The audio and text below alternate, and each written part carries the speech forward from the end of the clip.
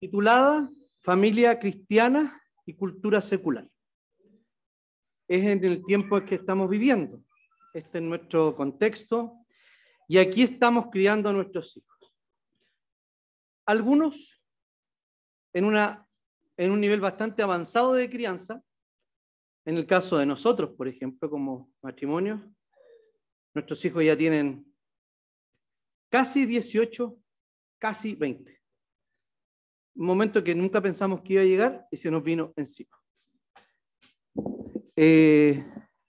Algunos están recién comenzando, ¿cierto? Y piensen en que les queda mucho camino por delante porque se les va a hacer corto, ¿ya? Es muy corto el camino. Y el Señor nos da consejos de cómo criar a nuestros hijos en este contexto. Este sexto sermón lleva por título Ser padres en la cultura secular. Y vamos a leer el Deuteronomio en el capítulo 6, los versículos 1 al 9, que dicen así. Estos son los mandamientos, estatutos y decretos que el Señor, su Dios, me ordenó que les enseñara, para que los pongan por obra en la tierra de la cual van a tomar posesión.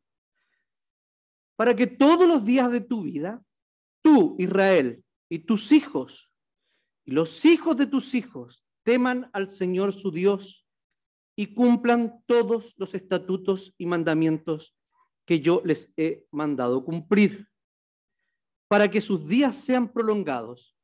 Oye, Israel, y asegúrate de ponerlos por obra para que te vaya bien en la tierra, que fluye leche y miel, y te multipliques, y tal como el Señor y Dios de tus padres te lo ha prometido.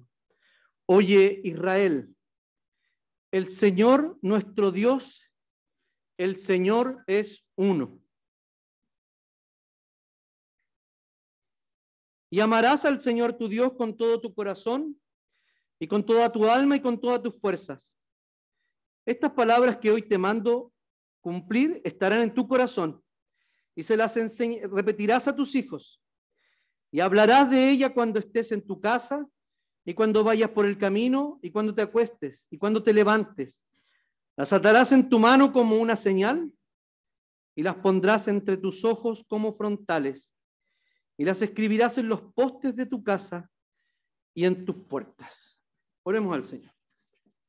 Señor amado, estamos delante de ti con el propósito de ser instruidos en tu palabra, Señor, y de recibir esta enseñanza tan necesaria de cómo criar a nuestros hijos, Señor. Te queremos pedir sabiduría, entendimiento y la asistencia de tu Espíritu Santo para ser dóciles a tu enseñanza. Oramos en el nombre y en los méritos de Jesús. Amén. Usted va a criar, usted está criando, o usted crió a sus hijos según la visión de mundo que tenía, según la idea de cómo estaba constituido este mundo, de quién lo había creado y también de qué cosas eran valiosas y qué cosas no eran valiosas. Uno se pregunta muchas veces cómo es esto de las cosas que son valiosas para uno y cómo los educo, cómo lo pongo en práctica. Habitualmente, ¿han escuchado esto de límites?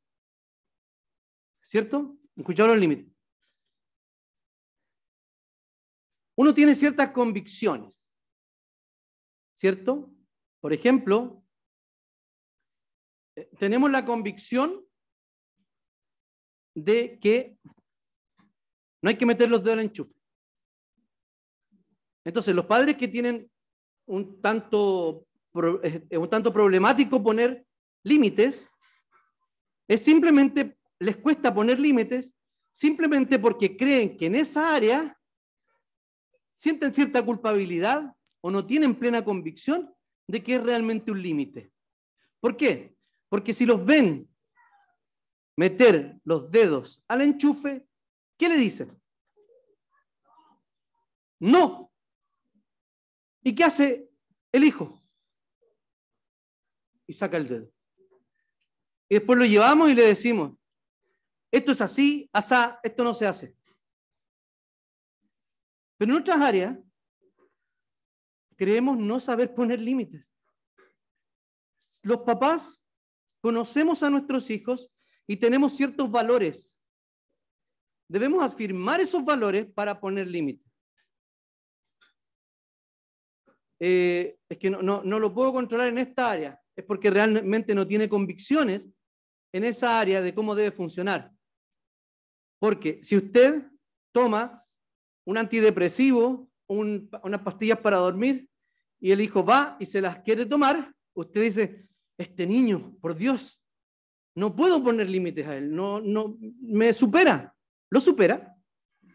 Dígame, si su hijo va a tomar unos remedios que lo van a matar, ¿usted le va a poner un límite? Entonces es una cuestión de convicción. Es que debemos estar convencidos de dónde están los límites. Y si nos convencemos de eso, vamos a poder respetarlos. Y pueden ser límites flexibles, inflexibles, lo que sea. Pero cuando nosotros no los ponemos, porque realmente, en el fondo de nuestro corazón, nos parece bastante absurdo el límite. ¿Por qué? Porque tiene que ver con esto, con una cosmovisión. Recordémosla, una cosmovisión es una visión de vida que es tanto abarcadora y cohesionada. Su objetivo es expresar el significado más profundo del mundo, responder a las cuestiones fundamentales de la vida. O sea, son cuestiones de ideas y de convicciones. ¿Qué es lo que usted ve aquí? ¿Qué le dice esta imagen? Esta imagen es una imagen bastante dinámica, ¿no? ¿Qué podemos ver en esta imagen? ¿Qué irradia? ¿Qué vida? ¿Cierto? ¿Qué más? Trabajo, colaboración. ¿Qué más? Alegría, ¿cierto? Están todos felices. Podemos apreciar también belleza en lo minimalista, ¿cierto? En lo simple hay una belleza allí. Díganme, ¿podríamos identificar esta imagen como una familia? Si yo les digo, ¿eso es una familia? ¿Ustedes qué me dicen? No es una familia, ¿cierto? Sea honesto, ¿parece una familia o no? No parece una familia. Y precisamente no es una familia. ¿Saben lo que es eso? Es un coworking. ¿Saben lo que es? Es un espacio donde profesionales de distintas áreas arriendan un espacio para ellos, el cual tiene espacios comunes, incluso hay algunos que pueden arrendar oficinas bastante privadas. Están mandándome WhatsApp, disculpen. Tengo que cerrar esto de acá. Los vicas. Ya. Entonces, acá no es una familia, es un coworking, un lugar donde todos trabajan, pero en realidad hay espacios de contacto. Esas son muchas personas viviendo o trabajando bajo el mismo techo, pero con agendas total y absolutamente distintas. Se va pareciendo más a una familia, ¿no? Viven bajo el mismo techo, tienen otras labores, tienen otras agendas, y esas agendas eventualmente, ocasionalmente se cruzan. Y hay cierto grado de relación, pero absolutamente ninguna relación profunda.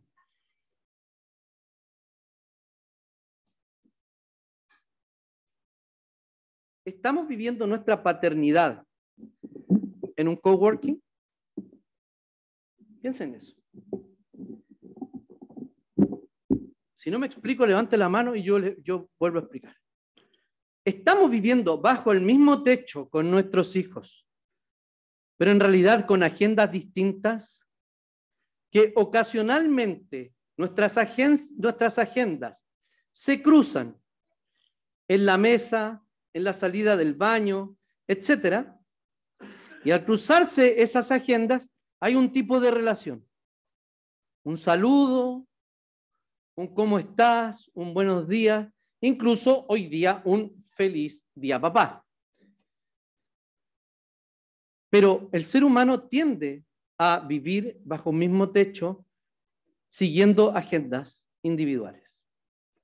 En el caso de los hijos, no sucede lo que voy a decir ahora. En el caso de los matrimonios, cuando las agendas, cuando vivimos en un coworking, en la casa, en este estilo, nuestras agendas se cruzan o simplemente nuestras agendas ya no son compatibles, es mucho más fácil decir, bueno, hasta luego, hasta aquí nomás llegamos, porque en realidad éramos dos personas con distintas agendas, con distintos valores, con una distinta cosmovisión, las cuales simplemente tenían en común una casa. ¿Cuál era el desafío que tenía la cultura, la sociedad hebrea?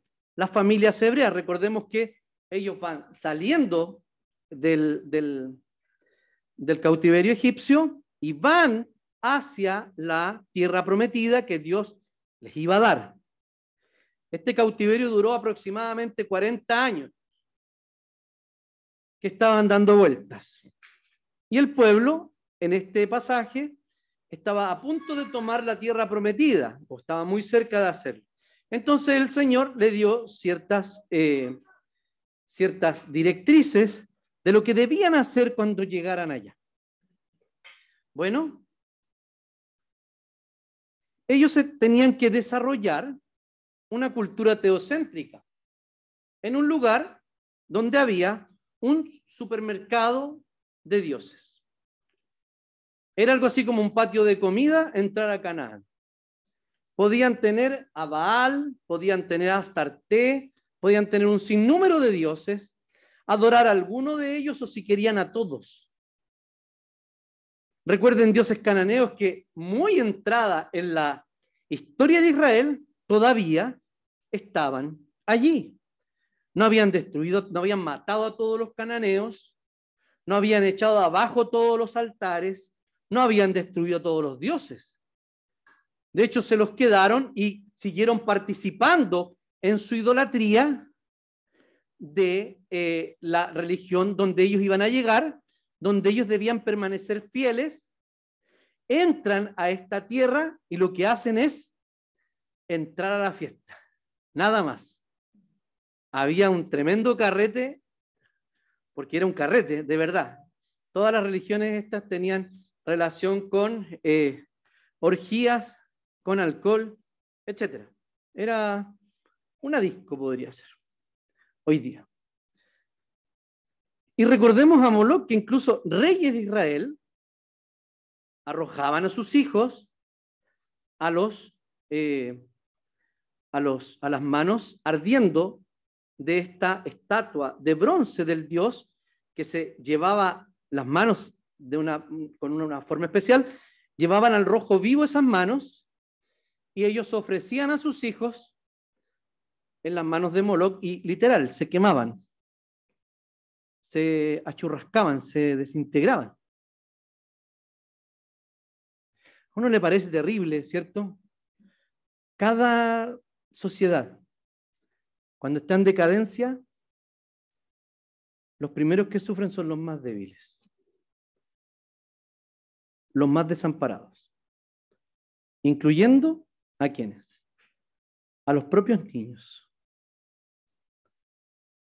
Y nuestra sociedad claramente está en decadencia. Ellos iban a entrar a una sociedad absolutamente decadente y les dice, estos mandamientos, estatutos y decretos que el Señor su Dios me ordenó que les enseñara para que los pongan por obra en la tierra de la cual van a tomar posesión. ¿Por qué? Porque la cosmovisión que había detrás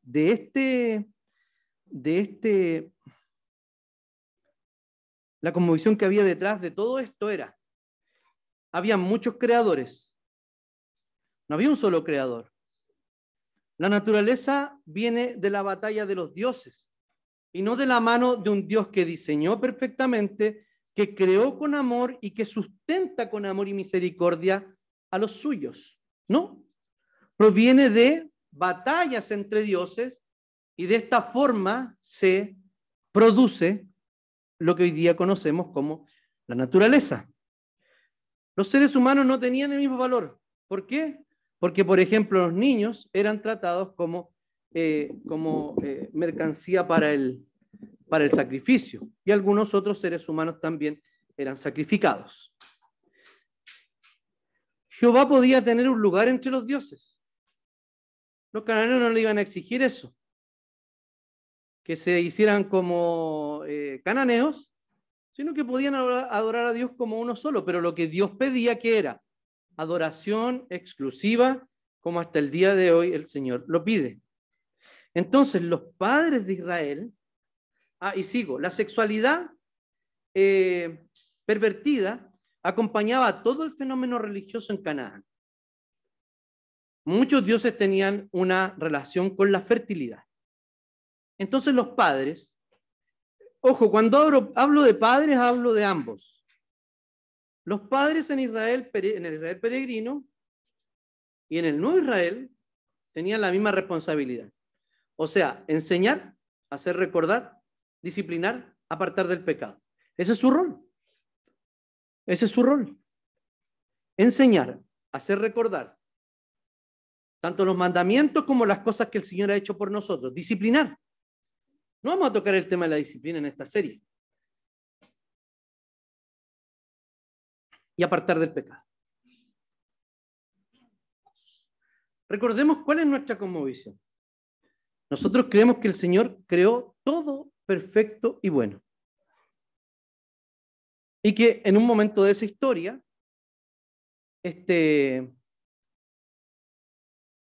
esta creación fue contaminada. ¿Por qué razón? Por una mujer impulsiva y un hombre pusilánime, básicamente. Que prefirieron la autonomía y el placer inmediato, hacerle caso a sus ojos y no a la ley de Dios. Sin embargo, el Señor en ese mismo momento se pone de parte de los seres humanos y hace la promesa del Salvador. Y el Señor, como está allí en todo el proceso, desde siempre, pero puse allí al Yahvé Jireh, ¿cierto? ¿Lo ven? Donde está a punto de matar a Isaac, Abraham. ¿Nunca supieron qué era eso? Ya. Cuando está por matar y el Señor provee el cordero para el sacrificio, haciendo una clara alusión al Mesías, en todo ese proceso el Señor cuida del pueblo, porque de este pueblo iba a venir el Mesías. Y cuando vino el tiempo, cuando vino el cumplimiento del tiempo, nació Jesucristo y nació de mujer, nació bajo la ley. ¿Para qué? Para liberar a los que estaban bajo la condenación de la ley. Y allí viene el Señor, ¿cierto? Muere por nosotros.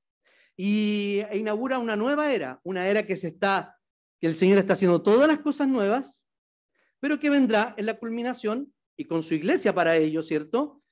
Que ya no es étnica, sino que es de toda lengua, pueblo y nación. Y estamos entrando, una vez que el Señor vuelva, a una nueva creación y a un nuevo estado de cosas. O sea, todo lo viejo pasará y aquí todo será hecho nuevo.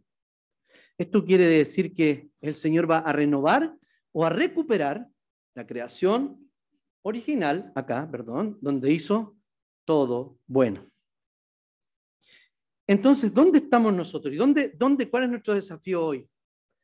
Todas las ideologías, todos los ismos, esos que están arraigados en la mente de nuestros hijos e hijas, porque es muy probable que estén arraigados en su propio corazón,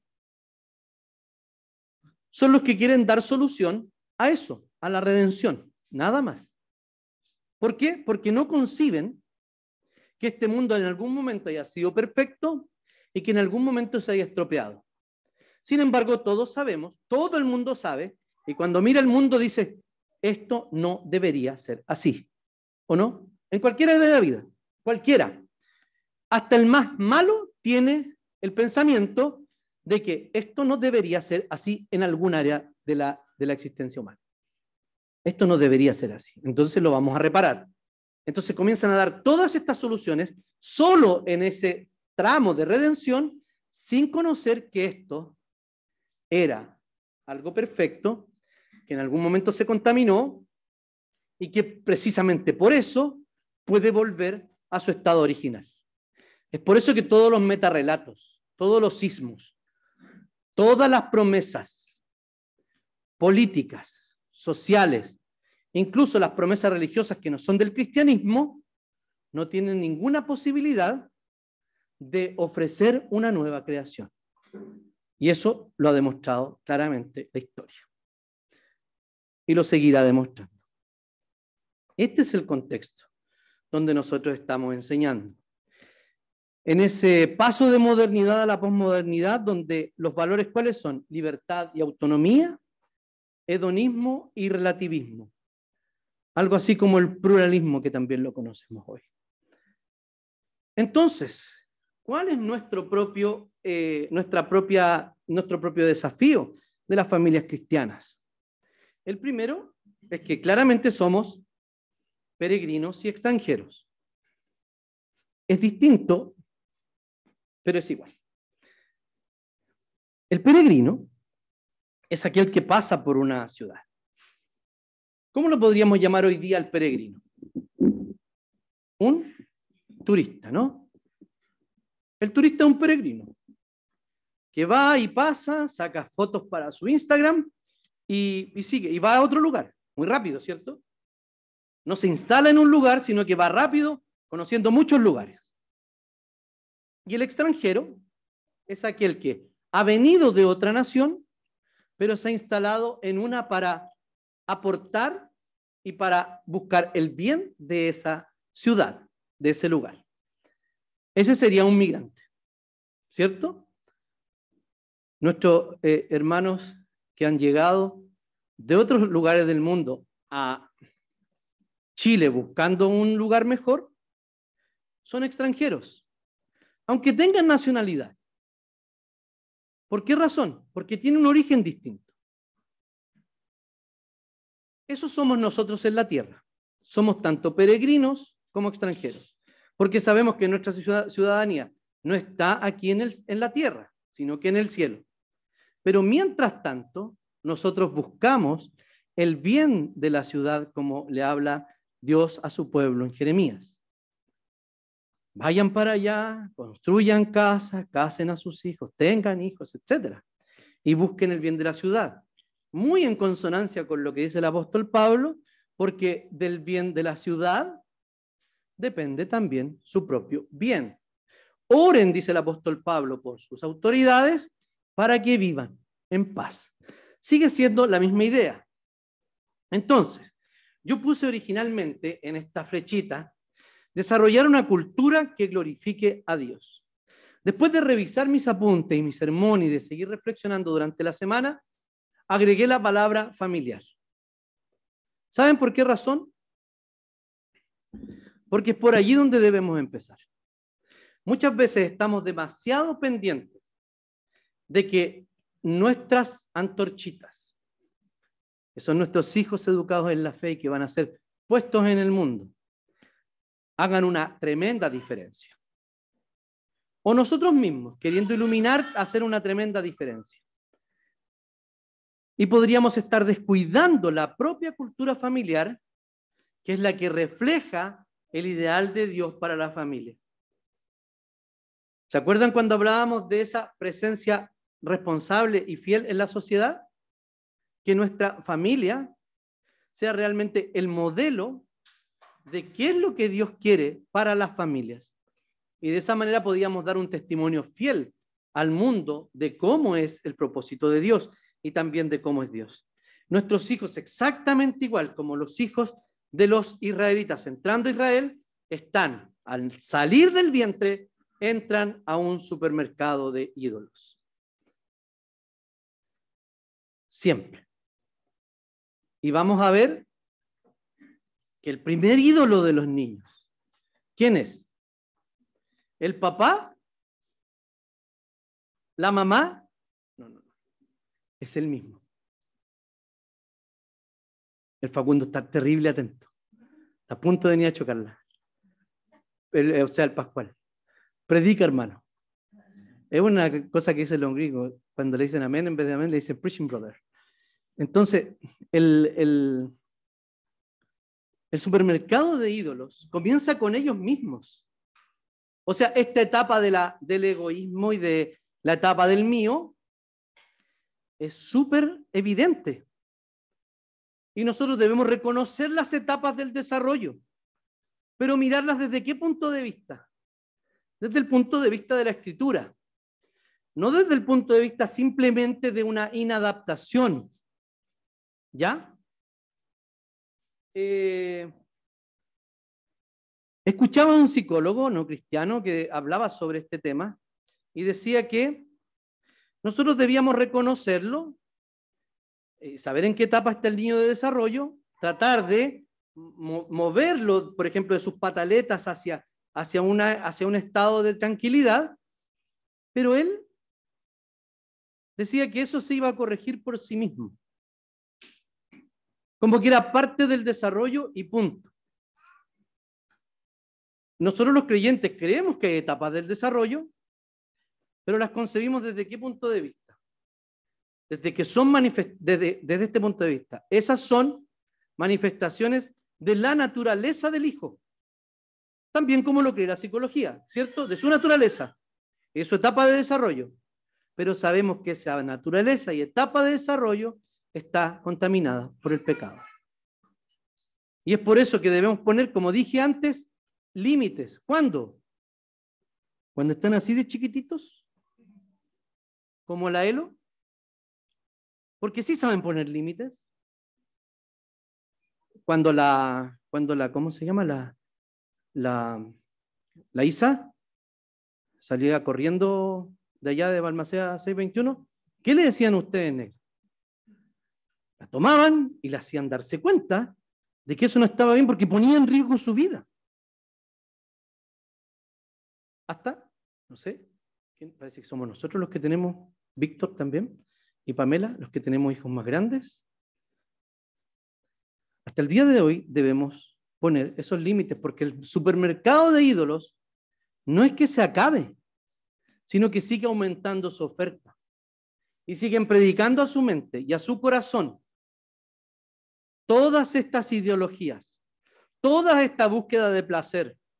Porque sí, el corazón de nuestros hijos podría ser atrapado por una ideología filosófica o política pagana, ¿cierto?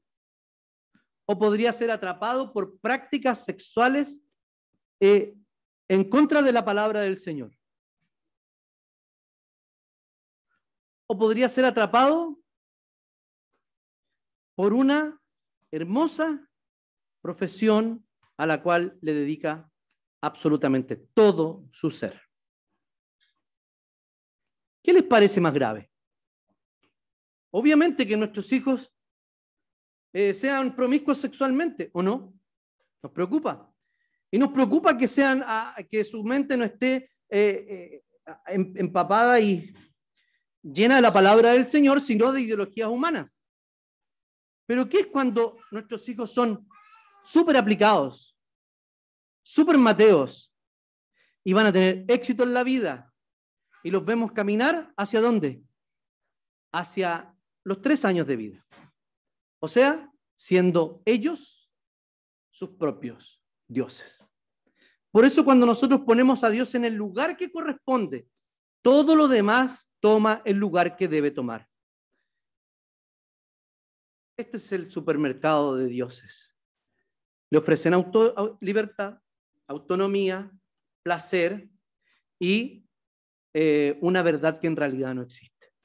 Nosotros somos arcaicos en decir que Jesucristo es el camino, que Él es la verdad y que Él es la vida. Porque para todas las cosas siempre hay más de un camino. Obviamente para todo lo demás hay más de una verdad. Y respecto de la vida se acaba acá. ¿Cómo podemos tener ese mensaje tan evidentemente arcaico? Bueno, ese es el desafío que tenemos. Para ser padres en la cultura secular debemos Primero, necesitamos honrar a Dios.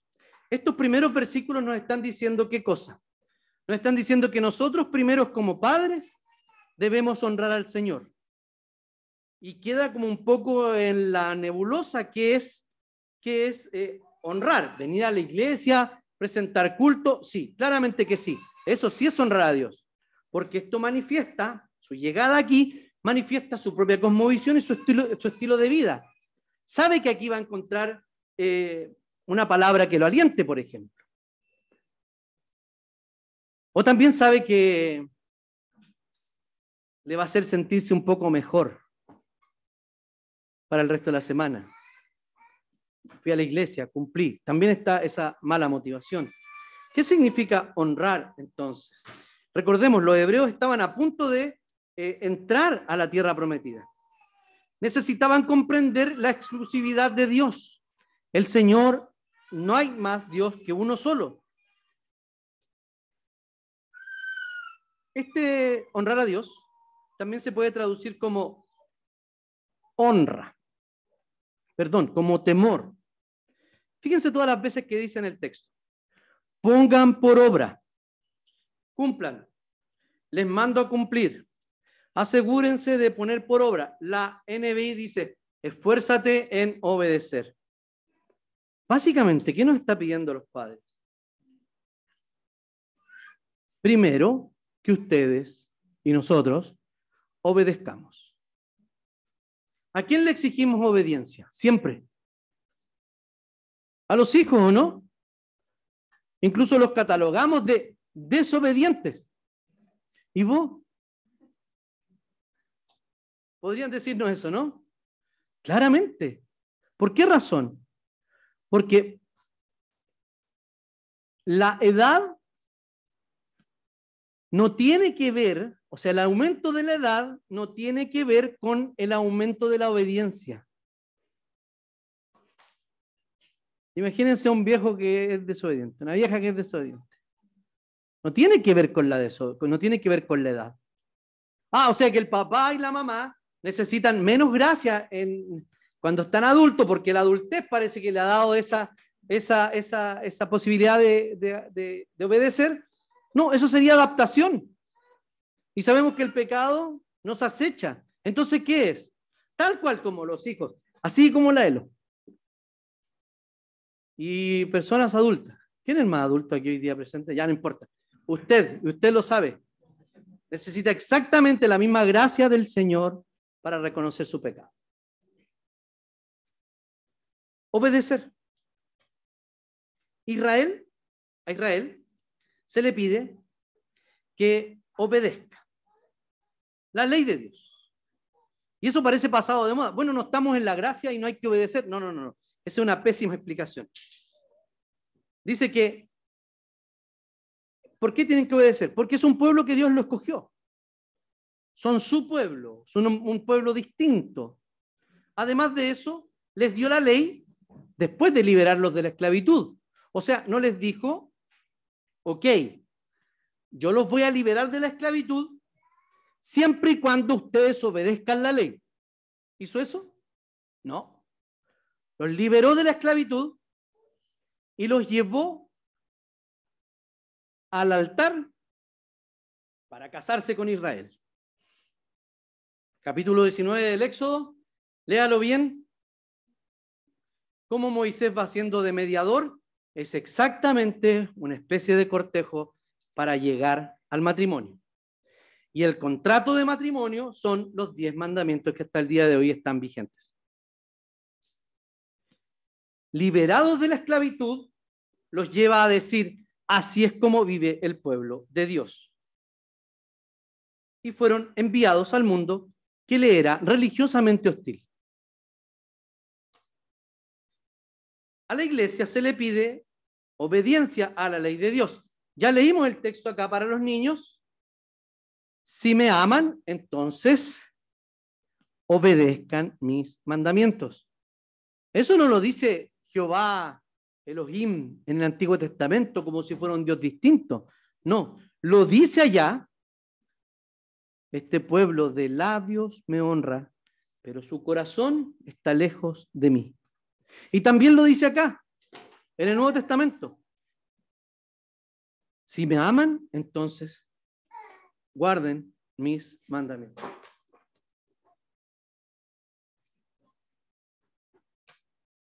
Entonces, veamos. Dice Colosenses 3:12. Por lo tanto, como escogidos de Dios, santos y amables, revístanse de afecto entrañable y de bondad, humildad, amabilidad y paciencia. Esto refleja un pueblo escogido por Dios. Esas son instrucciones para nosotros. Y no es para la relación que tenemos dentro de la iglesia, también es para la relación que tenemos con nuestros hijos. Revístanse de qué? De afecto entrañable, de bondad, de humildad, de amabilidad y de paciencia. Anote eso. Esas 4 últimas cosas. ¿Saben por qué? Porque son de las que carecemos cuando criamos hijos. Nos falta mucho afecto entrañable. Porque la educación de nuestros hijos y la formación debe estar siempre mediada por el amor. Y en muchas ocasiones está mediada por nuestra propia idolatría, por nosotros mismos. ¿Saben por qué? Porque ese hijo me ofende a mí. Pasa por alto mi autoridad. Desobedece mis instrucciones. Entonces la frustración es mía. Y lo que hace un hijo cuando desobedece, ¿qué es? Desobedece al Señor. Viola el pacto. Y se asegura de que le vaya mal en la vida. Eso es. Nosotros, mientras tanto, la próxima semana vamos a hablar de ellos. Nosotros, afecto entrañable y de bondad, de humildad. Necesitamos una tremenda humildad para educar a nuestros hijos. Fíjense que muchas veces cuando fallamos es porque ha sido por falta de humildad o por falta de amabilidad. Incluso los padres que solo hemos criado hombres. La relación de mamá con hija puede ser también muy parecida, no lo sé, a la que tiene el papá con el hijo.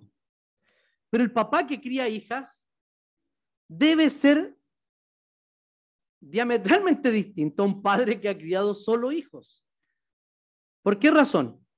Porque su hija también es un vaso más frágil. Entiende de otra manera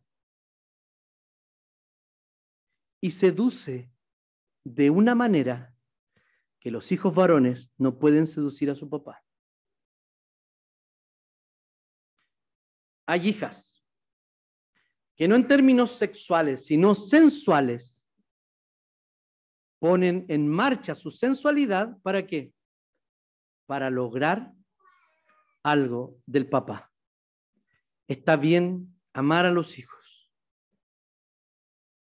pero ojo, padres de hijas.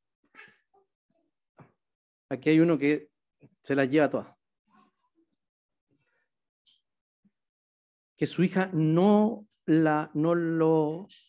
permita que su hija con sensualidad logre objetivos con usted. Porque de esa manera ella va a aprender que esa es la forma de relacionarse con los hombres. ¿Por qué? Porque con papá funcionó. Entonces con esto, obviamente que va a funcionar con el resto de los hombres. Los varones tienen otro tipo de manipulación, está claro, no es que no.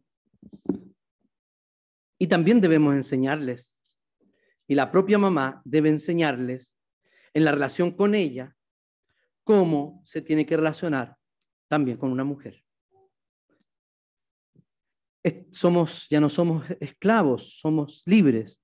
En efecto, dice Romanos, habiendo sido liberados del pecado, ahora son ustedes esclavos de la justicia. O sea, hemos cambiado el dueño. Hemos sido liberados del pecado, pero esclavos de Dios. Amados, dice Pedro, amados hermanos, no se sorprendan de la prueba de fuego a que se ven sometidos, como si les estuviera sucediendo algo extraño. O sea, la iglesia primitiva fue enviada también a un lugar que le era religiosamente hostil. Y nosotros hoy día, parece que cada día más estamos en una sociedad religiosamente hostil hacia el cristianismo. Y ojo, voy a hacer un paréntesis respecto a esto. ¿Quién en realidad en su trabajo, en la relación con sus compañeros, ha censurado su religión? ¿A alguien le ha pasado eso, que se la han censurado? Que, oye, no, vamos a abrir de esa cuestión, o no sé qué, creían cuentos de hadas, o no sé qué. O más bien la gente escucha. Y cuando usted le ofrece incluso orar, la gente se sorprende y dice, bueno, aunque no crea. ¿Cuál es más habitual? ¿Cuál reacción es más habitual con la gente con la que nos relacionamos? ¿La primera o la segunda? En tu caso la segunda, algunos la primera. Yo, para no perder mi propio hilo, porque yo estoy predicando, yo creo, en las experiencias que he tenido, en las conversaciones que he tenido, que sí, se da la primera en algunas ocasiones, sobre todo en las universidades. Pero se da el caso contrario, mucho más repetido. ¿Saben por qué? Porque en realidad el mundo que es hostilmente religioso no es la mayoría de la gente con la que nosotros nos relacionamos, sino que siempre la cultura viene de estatus superiores de la sociedad que logran esa posición y logran cambiar la cultura. Y, por ejemplo, hacer cosas tales como nos costó el tema de la libertad de culto, estuvo en peligro en algún momento en el borrador de la Constitución. Algunos canales católicos y cristianos han sido sacados del cable, pero eso no lo hace el vecino de al lado. Eso lo hace quien realmente está manejando nuestro mundo, que en definitiva es el diablo, ¿cierto? El príncipe de este siglo. Nosotros seguimos avanzando, extendiendo el reino de Dios, pero Satanás no está quieto. Él va a hacer todo lo posible para que nosotros y para que la iglesia no avance. Sin embargo, la palabra dice que ni las puertas del Hades prevalecerán contra ella. Ustedes saben que la iglesia nunca necesitó libertad de culto para predicar. Díganme, ¿cuándo en la vida de la iglesia se dejó de predicar porque le dijeron que no predicara? Nunca. Entonces, nuestra obediencia no es perfecta, pero la de Cristo sí lo fue. Con ella Dios nos declara justos por medio de Jesucristo, y así amados, justificados y adoptados por Dios. Entonces podemos demostrar nuestro amor obedeciendo en libertad. Porque así como por la desobediencia de uno solo, muchos fueron constituidos pecadores, también la obediencia de uno solo, muchos serán constituidos justos. Nuestro escritor favorito sobre la cuestión de crianza, Paul David Tripp, dice lo siguiente: Dios nunca nos llama a una tarea sin darnos lo que necesitamos para realizarla. Dios nunca te envía sin ir contigo. Nunca te dice que hagas algo sin proveerte lo necesario para realizarlo. Esta es la historia de toda la Biblia. Esta es la razón por la que Dios envió a su Hijo a la tierra. O sea, si vino Cristo, entonces es posible cumplir este rol tan difícil que nos ha entregado como padres. También necesitamos escuchar su ley. Oye Israel, el Señor nuestro Dios es uno. ¿Qué hay que escuchar? Hay que escuchar que Dios es exclusivo. Está hablando todavía a los padres, todavía no mete a los hijos. Papá y mamá tienen que creer que no hay otro Dios, que ustedes no son una especie de Dios chico en la casa, o de diosa chica en la casa. No. Somos representantes de la autoridad de Dios en la casa. Y por eso cuando nos vemos como embajadores de Dios delante de nuestros hijos, podemos de manera con perspectiva evaluar su pecado, disciplinarlos, corregirlos y llamarlos a que vuelvan al Señor. Porque si no se torna algo personal. Algo personal. Pero cuando entendemos que somos embajadores, un embajador, ¿alguna vez cuando le dicen algo de su país, lo toma como ofensa propia? No. Sino es una ofensa contra el país que él representa. Y muchas veces hacen esto. Sacan del país al embajador por alguna cuestión determinada. Entonces nos manda a la exclusividad. Miren lo que dice. El Señor usa el nombre personal de Dios, Yahvé, el que tiene existencia en sí mismo y no depende de nadie para existir. O sea, Él solamente puede ser Dios porque es el único que puede existir por sí mismo. Todo aquel ser, todo aquel ente que necesite algo más para existir, entonces no es Dios. ¿Ok? El único que cumple aquello es solamente Dios. ¿Qué significa esto? Como dije, el nombre personal, existencia en sí mismo. Luego nombra a Elohim, usa dos palabras, el Señor, Yahvé, nuestro Dios. Yahvé, nuestro Elohim. Es un nombre común para designar a Dios, pero habla de nuestro. Y era un nombre común para designar a otros dioses. Es el equivalente a Theos en griego y el equivalente a Dios o dioses en el español, que se puede aplicar a cualquier deidad. Pero él dice, nuestro Dios. Van a entrar a ese lugar donde todos van a tener dioses, pero el único verdadero es nuestro Dios. Nuestro. El Dios que nosotros adoramos. Ese es nuestro Dios. También, al escuchar su ley, manifestamos amor por Dios. ¿Por qué? ¿Cómo? Perdón. Corazón, alma y fuerzas. O sea, está hablando del ser completo. Amor por Dios con todo nuestro ser. Dios exige esta entrega. El amor es un sentimiento profundo que su duración está basado en el objeto de ese amor. El amor por las personas cambia. ¿Por qué? Porque las personas cambian. El amor por Dios no debería, porque Él es el mismo hoy y por los siglos. Dios nos exige ni más ni menos que todo nuestro ser en nuestra relación con Él.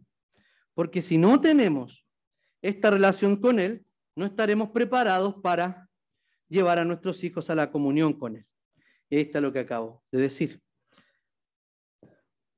El pueblo debe amar al Señor por su naturaleza, por sus obras y por sus promesas. O sea, queridos, debemos estar preparados para criar hijos. Con Jesús nunca es tarde para volver a empezar. Nunca, nunca. Nuevamente. No hay nada más importante para una paternidad consciente, consistente, fiel, paciente, amorosa y efectiva que el entendimiento de lo que Dios te ha dado en la gracia de su Hijo, el Señor Jesucristo. Comprender la gracia de Dios te transformará y mientras lo hace, transformará la forma en que te relacionas con tus hijos. Esta es una cuestión de gracia. Esta es una cuestión de cuánto el Señor realmente ha transformado nuestro corazón, porque le sigue hablando a los padres, le sigue hablando a ellos, que ellos deben tener una relación personal. Entonces debemos interiorizar la ley. ¿Qué significa? Significa esto. El hebreo que se utiliza para esta parte de estarán. NBI dice, grábate en el corazón estas palabras que yo te mando. Pero la Reina Valera es más literal y dice, estas palabras que yo te mando estarán. Ahí usa la palabra Java, que significa ser. Esto quiere decir que La palabra no solo debe estar grabada en el corazón, sino que debe ser nuestro corazón. Debe estar tan interiorizada por nosotros que es la única forma que podremos comunicarla a nuestros hijos. Ojo, esto le puede frustrar tremendamente. Pero ¿sabe qué? Nuestros hijos son lo que son, no siempre gracias a nosotros, sino que a pesar de nosotros. Porque habiendo sido llamados para ser instrumentos en las manos del Señor, para transformar el corazón de nuestros hijos, ¿qué hemos hecho? Desobedecido. ¿Qué hemos hecho? Absolutamente nada. Porque creemos que la vida familiar es una especie de resort, donde tengo que ser servido. O la vida familiar es un coworking, donde cada uno tiene su agenda y vivimos ricos, compartimos los gastos y no sé qué. No, no es así. La vida familiar no es un coworking. Esto quiere decir que solo podemos educar a nuestros hijos en el pacto del Señor cuando nosotros hemos interiorizado este pacto. Quiere decir que nuestra comunión con Dios también afectará mi disposición para llevar a mis hijos a Cristo. Esto lo dije en el año 2013, en el sermón 4 de la serie Padres influyentes, hijos piadosos, de la serie Familias líquidas y principios sólidos. Me estoy citando a mí mismo porque me parece una buena cita. Los padres que deseen que sus hijos sean hombres y mujeres piadosos deben vivir en sus hogares con en una relación íntima con Dios. Esto solo es posible si la escritura y la oración tienen un lugar altamente importante en la rutina del hogar. Además, estas prácticas deben permear todas las actividades y relaciones familiares. Para los más chiquititos, Jesús no pueden escucharlo aquí en la iglesia nomás. Y no amenacen a sus hijos con Jesús. Enséñenle que el Señor Jesucristo está siempre con ellos, que estamos cara a cara con Dios permanentemente. Entonces, cuando los cabros chicos le enseñan de Jesús, le enseñan de Dios, le enseñan de la iglesia en la escuela dominical y llegan a su casa y ni siquiera escuchan eso, la cultura familiar no gira en torno a eso, no hay palabra de Dios, no hay una relación de ese tipo que la propia escritura permea las relaciones familiares. El culto, ¿qué va a significar? Un evento, no un estilo de vida, un mero evento. Si está equivocado y no siguió los consejos del año 2013, sígalos ahora, que son exactamente los mismos, porque ese pensamiento está solamente basado en lo que la palabra del Señor nos dice. También, ahora sí, ahora entran los hijos. Ahora podemos testificar. ¿Cómo vamos a testificar entonces? Primero, la comunicación verbal. Dice el texto, incúlcaselas continuamente a tus hijos. Háblales de ella. Inculcarlas en los hijos es porque ya están inculcadas en nosotros. Antes no podemos. Nadie puede dar lo que no tiene. Entonces se transforma ¿en qué? En una hipocresía, en una situación de una especie, de hecho, es lo mismo, una actuación. El hipócrita es el que usa una máscara y eso lo hacía en el teatro griego. O sea, una hipocresía, sí, una actuación, una puesta en escena de que los domingos y algunas veces somos creyentes en la casa. Dice que debe ser siempre, cuando estés en tu casa, cuando vayas por el camino, cuando te acuestes y cuando te levantes. Saquen a sus hijos sáquenlo de la desconexión con el mundo real. O sea, no puede pasar más tiempo en un dispositivo electrónico que en una conversación con papá o mamá. No puede. Hay horarios. No satanicemos aquello, pero hay horarios. Les permitimos usar. De hecho, hay autos que vienen con tele para evitar el cuánto falta. Es mejor el cuánto falta que el silencio de los hijos atrás y el silencio de los padres adelante en el auto. Es momento que los tenemos prisioneros. ¿Durante cuánto rato? 15 minutos, media hora, es un tiempo para hablar. ¿Y sabe qué? Otra cosa. Cree momentos especiales también cuando tenga que hablar algo especial con alguno de sus hijos. El papá a la hija, sáquela, invítela y tengan una cita especial de papá e hija. O de padre e hijo, de madre, la combinación está exactamente la misma. Pero debemos crear esos momentos especiales. ¿Para qué? Para que todo el tiempo podamos cumplir el gran mandamiento o la gran comisión con nuestros hijos.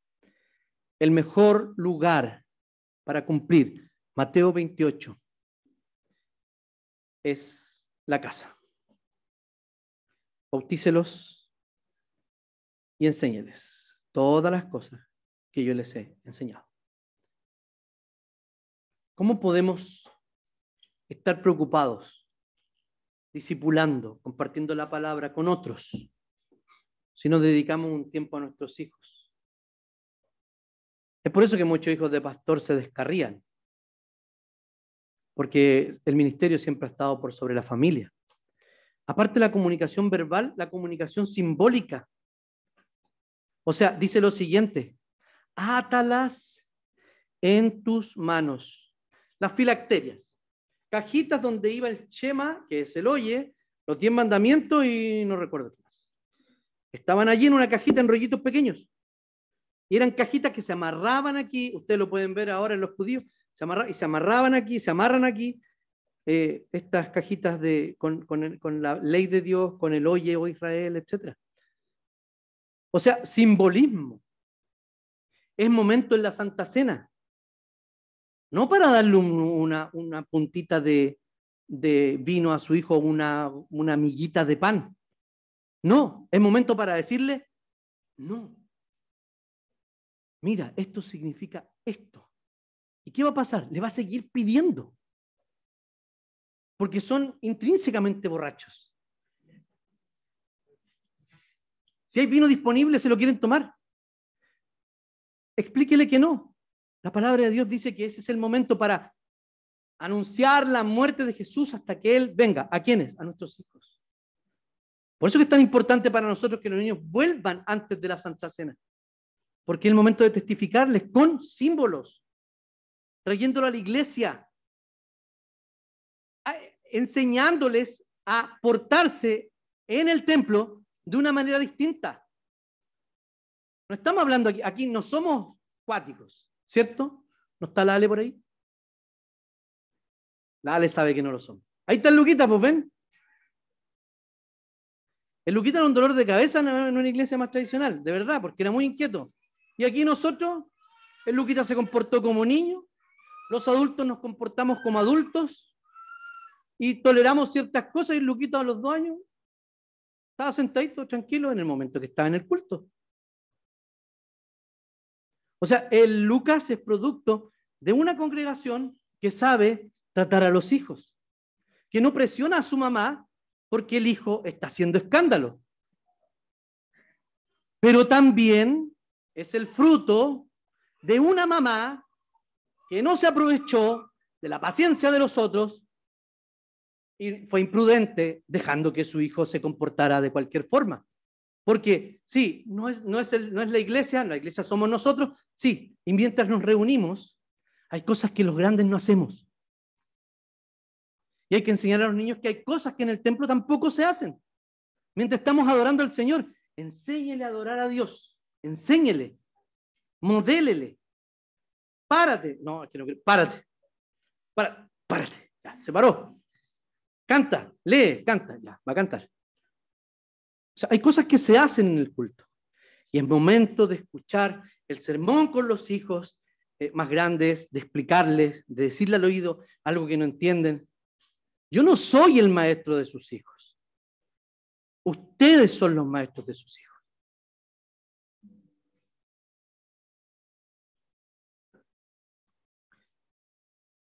Los padres, para dar un testimonio fiel de Jesucristo a sus hijos, necesitan amar a Dios, tener un alto concepto de la ley, haber tenido un encuentro transformador con Jesús. Entonces deben hablarle a sus hijos de la gran historia de la redención y mostrarles en la práctica. Cuando dice, átalas en tus manos. En las ideas y convicciones. Cuando dice, átalas en tu frente. ¿Y cómo en esta casa se participa de dicho relato? Ponla en tus paredes y en tus puertas. Eso es lo que estamos diciendo. Estamos diciendo que esto creemos, esto hacemos y de esta manera participamos del relato de Dios. En este libro llamado Género, una guía para pastores y padres, dice lo siguiente los autores.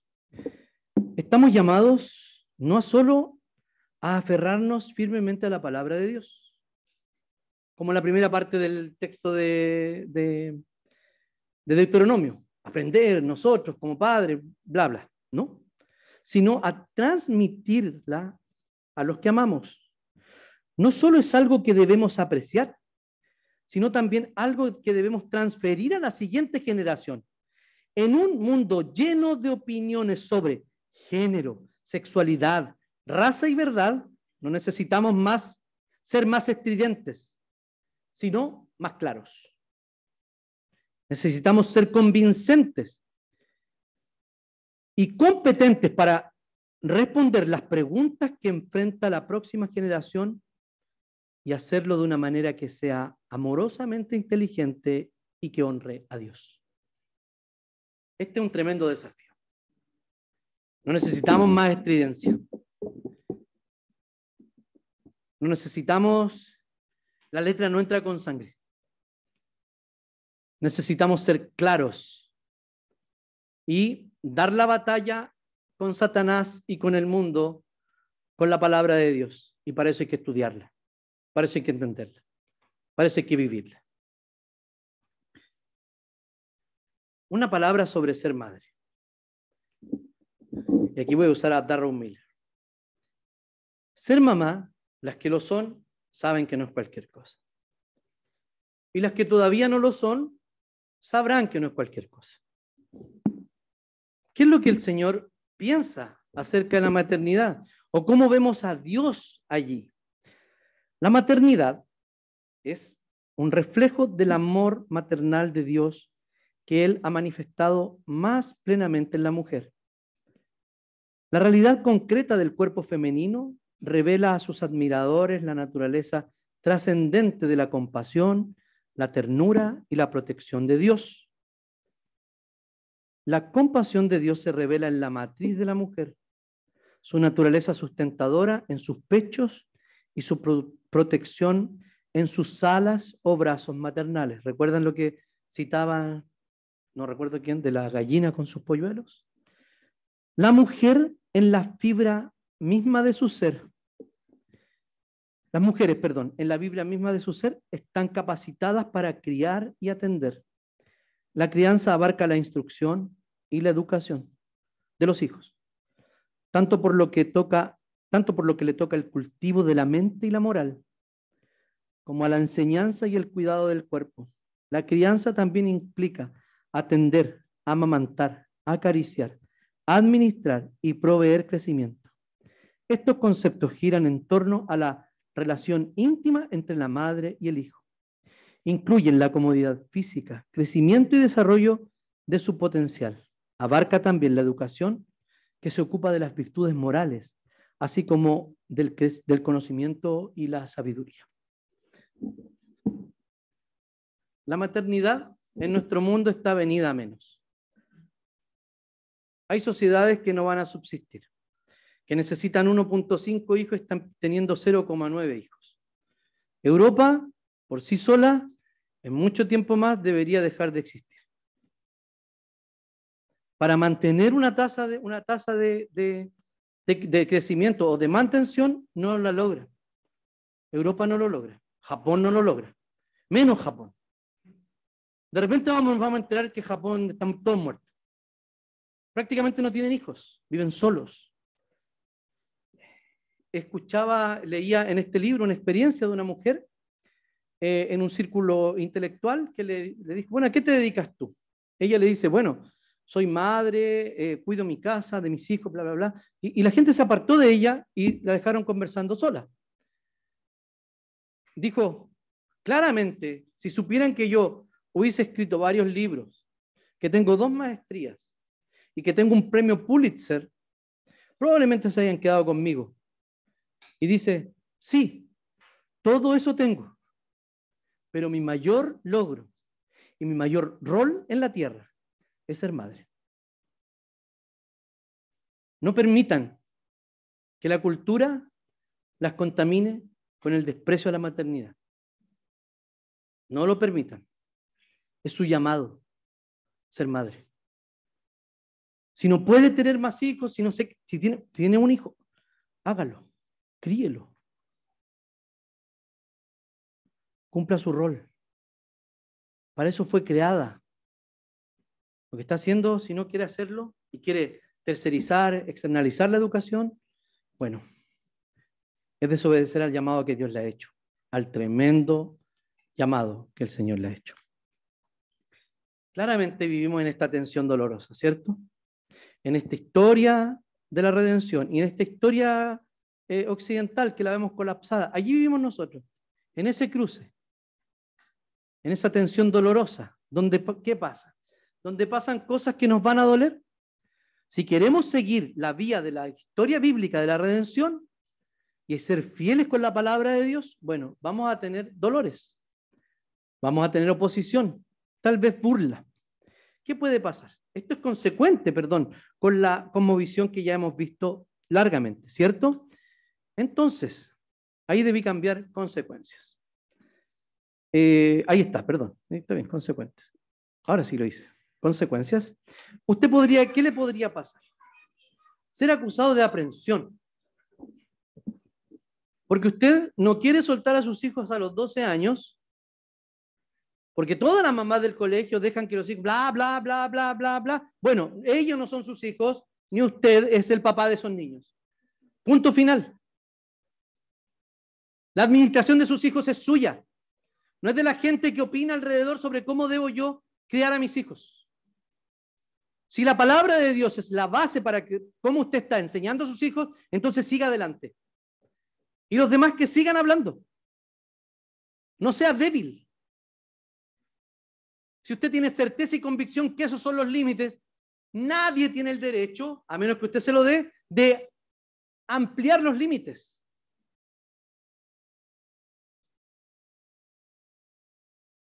Considerado retrógrado por enseñarle a los hijos que la sexualidad debe practicarse entre un hombre y una mujer dentro del matrimonio. Y nada más. Ese regalo de Dios y ahí estamos. Hoy día es retrógrado. Esos cabros están destinados a fracasar porque no van a probar con nadie, no van a saber nada, bla, bla, bla, bla, bla. Y la gente va a seguir atacando nuestra convicción. Invasivo. ¿Han escuchado eso de que no le das espacio a tu hijo? Ser papá es ser invasivo. Ser mamá es ser invasiva, es sacar la puerta a la pieza si es necesario. Ese es su rol. Ese es su rol. No es que tiene que tener su privacidad. ¿Usted sabe lo que puede estar haciendo en esa privacidad? No sea ingenuo, no sea ingenua.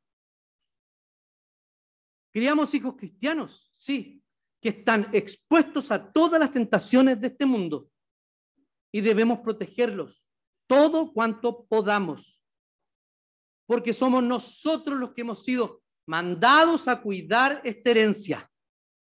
Somos instrumentos en la mano del Señor para protegerlos, para enseñarlos, para vivir la vida cristiana con ellos. También podemos ser acusados de malos tratos.